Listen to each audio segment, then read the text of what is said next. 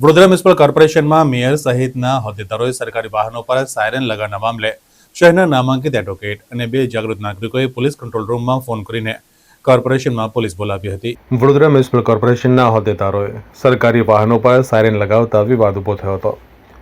Advocate Shailesh Amin અને 2 જાગૃત નાગરિકોએ પોલીસ કંટ્રોલ રૂમમાં ફોન કરી કોર્પોરેશનમાં પોલીસ બોલાવી હતી। અનઅધિકૃત રીતે પાલિકાના હોદ્દેદારો સરકારી વાહન પર સાયરન લગાવી ખુલ્લેઆમ ફરે છે।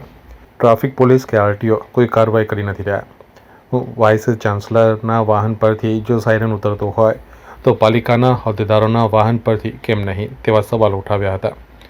મેયર, ડેપ્યુટી મેયર, સ્થાયી ચેરમેન, શાસક પક્ષ નેતા, દંડક, મ્યુનિસિપલ સેક્રેટરીએ વાહન પર સાયરન લગાવ્યા છે, ત્યારે પોલીસ ક્યારે સાયરન ઉતારશે તેના પર સવાલ ઉઠવા પામ્યા હતા। એડવોકેટ શૈલેષ અમીને આ અંગે અનઅધિકૃત રીતે લગાવેલ સાયરન હટાવી લેવા જોઈએ, આ ગુનો બને છે, મેયરને દંડ ફટકારો તેમ જણાવ્યું હતું। વધુમાં વિશ્વામિત્રી બચાવ સમિતિના કિશોર શર્મા, સંજય વાઘેલા સાથે એડવોકેટ શૈલેષ અમીન જણાવે છે કે પાલિકાના પદાધિકારીઓ ગેરકાયદેસર સાયરન લગાડેલા બાબતે વિશ્વામિત્રી બચાવ સમિતિના પ્રમુખ કિશોર શર્મા અને સંજય વાઘેલાએ પોલીસ કંટ્રોલમાં સાંજે 5 વાગ્યે ફરિયાદ કરેલી, જેમાં સ્થાનિક પોલીસના 2 કોન્સ્ટેબલ મોટરસાયકલ પર 5.5 કલાકે આપેલા અને જણાવેલું કે ટ્રાફિકમાં અરજી કરો, ત્યારે અમે કહ્યું કે અમે 6 મહિના પહેલાં અરજી આપેલ છે।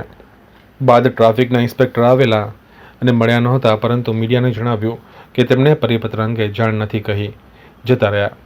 બાદમાં એસીપી, ડીસીપી આવ્યા અને અમોને પાલિકાની બાજુમાં આવેલ ડિવિઝન ઓફિસ બોલાવેલા, જ્યાં અમને અડધો કલાક બહાર બેસાડી રાખેલ, જેથી અમે ત્યાંથી નીકળી પાલિકા આવી ઊભા રહ્યા। સાંજે 5 વાગ્યાની કંટ્રોલ પર લખાયેલી ફરિયાદને હાલ 8:30 સુધી કોઈ કાર્યવાહી કરી નથી।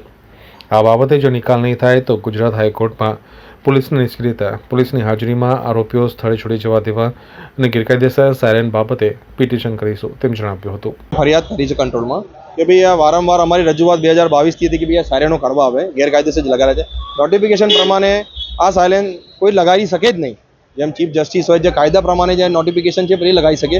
વારંવાર રજૂઆત કરે, તમે શાંત ઝોનમાં જેમ હોસ્પિટલ હોય છે, સ્કૂલો હોય ત્યાં બી આ બગાડવાનું ચાલુ કરે, કોઈ ટ્રાફિકમાં હોય ત્યાં બી બગાડવાનું ચાલુ કરે।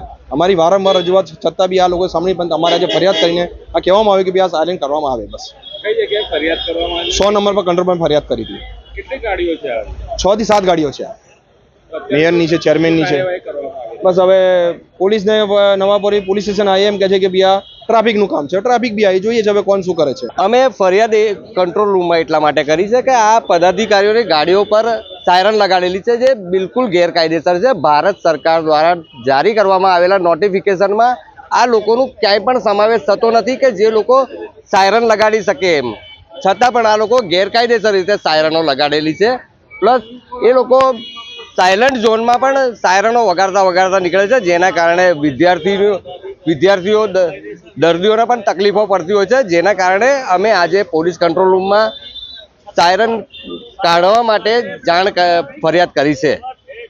પોલીસ દ્વારા શું કાર્યવાહી કરવામાં આવી? પોલીસ આવી છે, એ લોકો એવું કહે છે કે આ ટ્રાફિકનો વિષય છે, એટલે હવે એ લોકો આ ટ્રાફિકનો હવાલો આપે છે। ટ્રાફિકમાં પણ અમે જાણ કરી છે, એ પણ આવી રહ્યા છે। હવે જોઈએ છે હવે આગળ શું કાર્યવાહી કરે છે। નથી, બિલકુલ જ ભારત સરકાર દ્વારા જારી કરવામાં આવેલા નોટિફિકેશનમાં આ લોકોનો ક્યાંય પણ સમાવેશ થતો નથી, છતાં પણ આ લોકો ગેરકાયદેસર રીતે તેમના વાહનો ઉપર સાયરનો લગાડે છે। એટલા માટે અમે આજે પોલીસ કંટ્રોલ રૂમમાં સાયરનો કાઢવા માટે ફરિયાદ કરેલી છે। અમે આગળ પણ એને કંઈક કરીશું, પણ આ કઢાવીશું।